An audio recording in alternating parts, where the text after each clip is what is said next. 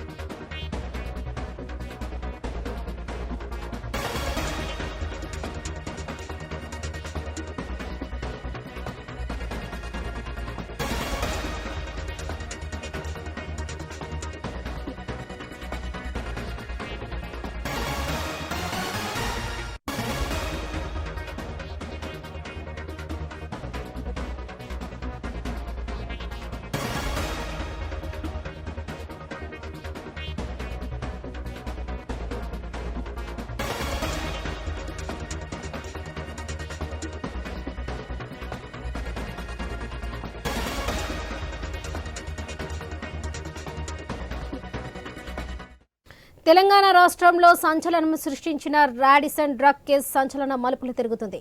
ఇప్పటికే ఈ కేసులో శ్వేత, లిసి, నీల్, సందీప్లు పరారీలో ఉన్నారు. నీల్ విదేశాలకు పారిపోయినట్లుగా పోలీసులు అనుమానం వ్యక్తం చేస్తున్నారు. డ్రగ్స్ సరఫరాపై పోలీసు దర్యాప్తు ముమ్మరం చేశారు.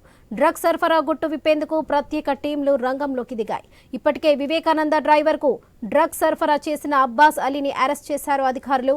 అబ్బాస్ అలీ ఇచ్చిన సమాచారంతో మరో డ్రగ్స్ సరఫరాదారుడు మిర్జా వాహిద్ అదుపులో తీసుకున్నారు. మిర్జా వాహిద్ డ్రగ్స్ ఎక్కడి నుంచి తెలుస్తున్నాడో దర్యాప్తు అధికారులు ఆరా తీస్తున్నారు.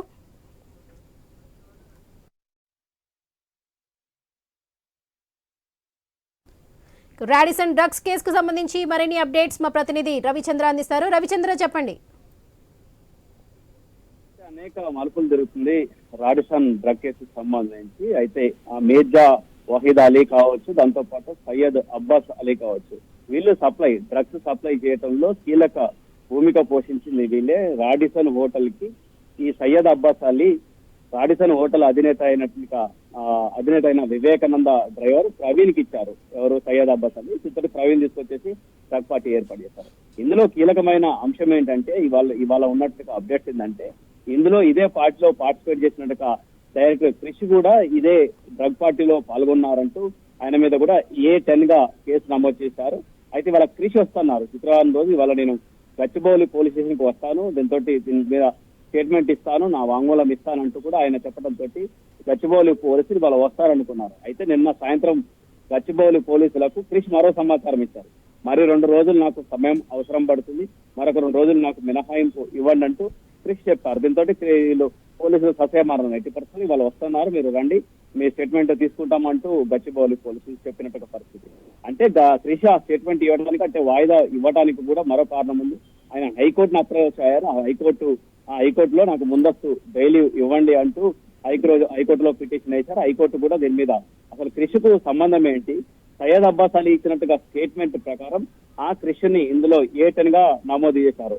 అసలు నిజంగా డ్రగ్స్ కు సంబంధించిన ఆనవాళ్లు ఏమున్నాయి, ఆయనకు సంబంధించిన ఆధారాలు ఏంటి అని హైకోర్టు కూడా వీళ్ళ నుంచి రిపోర్ట్ తీసుకున్నట్టుగా ప్రయత్నం చేస్తుంది. దీంతో అంటే గచ్చిబౌలి పోలీసులు కూడా రిపోర్ట్ ఇవ్వండి, దానికి సంబంధించిన ఆధారాలు చూపాల్సిన అవసరం ఉందంటూ కూడా హైకోర్టు ఆదేశించినట్టుగా పరిస్థితి. దానికి ఈ విధంగా డైరెక్టర్ క్రిష్ ఇవాళ వస్తున్నారా. మరో పక్క హైకోర్టును అప్రోచ్ అయ్యారు. దీన్ని బట్టి కొంతమంది మరొక అంశం ఏంటంటే ఉన్నటువంటి ఆ గుసగుస ఏంటంటే క్రిష్ కూడా డ్రగ్స్ తీసుకొని ఉంటాడు, అందుకే రావట్లేరు, అందుకే హైకోర్టును అప్రోచ్ అయ్యారు. ఒకవేళ డ్రగ్స్ తీసుకోకపోతే వచ్చి శాంపిల్ ఇవ్వచ్చు, స్టేట్మెంట్ ఇవ్వచ్చు, పోలీసులకు చెప్పొచ్చు, లేదంటే ఇవాళ చెప్పాల్సింది కదా, మళ్ళీ బెయిల్ పిటిషన్ ఎందుకు వేశారు అన్న కోణంలో కూడా చూస్తే ఏదో సంథింగ్ ఉండొచ్చు అన్న విధంగా కూడా ఉంది. సయ్యద్ అబ్బాస్ అలీ ఇచ్చిన రిపోర్టు ప్రకారం ఏదైనా ఉందా అన్నట్టుగా ఆ విధంగా కూడా చర్చ జరుగుతుంది. డైరెక్టర్ కృషి కావచ్చు, దాంతో పాటు లిఖిత కావచ్చు, ఈమె కూడా నటి కావటం తోటి, దాంతో పాటు సందీప్, కొంతమంది సినీ ప్రముఖులు ఇందులో ఉండటం తోటి, కేసులో ఉండటం తోటి కూడా కొంత ప్రాధాన్యత చోటు చేస్తుంది. దాంతో పాటు వ్యాపారవేత్తల పిల్లలు, రాజకీయ నాయకుల పిల్లలు, ఈ విధంగా ఇందులో ఎక్కువగా విఐపీలో ఉండటం చాలా స్టూడెంట్ చాలా జాగ్రత్తగా ఇందులో చేస్తున్నారు. కొంతమంది పరారులు ఉన్నారు, శ్వేత కావచ్చు, నీల్ కావచ్చు, దాంతో పాటు లిషి కావచ్చు, లిఖిత, వీళ్ళు నలుగురు పరారులో ఉన్నారు. వాళ్ళ సెల్ ఫోన్ సిగ్నల్స్ ఆధారంగా కొంతమంది బాంబేలో, కొంతమంది గోవాలో ఉన్నట్టు. మరొక అంశం ఏంటంటే విదేశాలకు కూడా లిఖిత నీళ్ళు వెళ్ళినట్టు తెలుస్తుంది.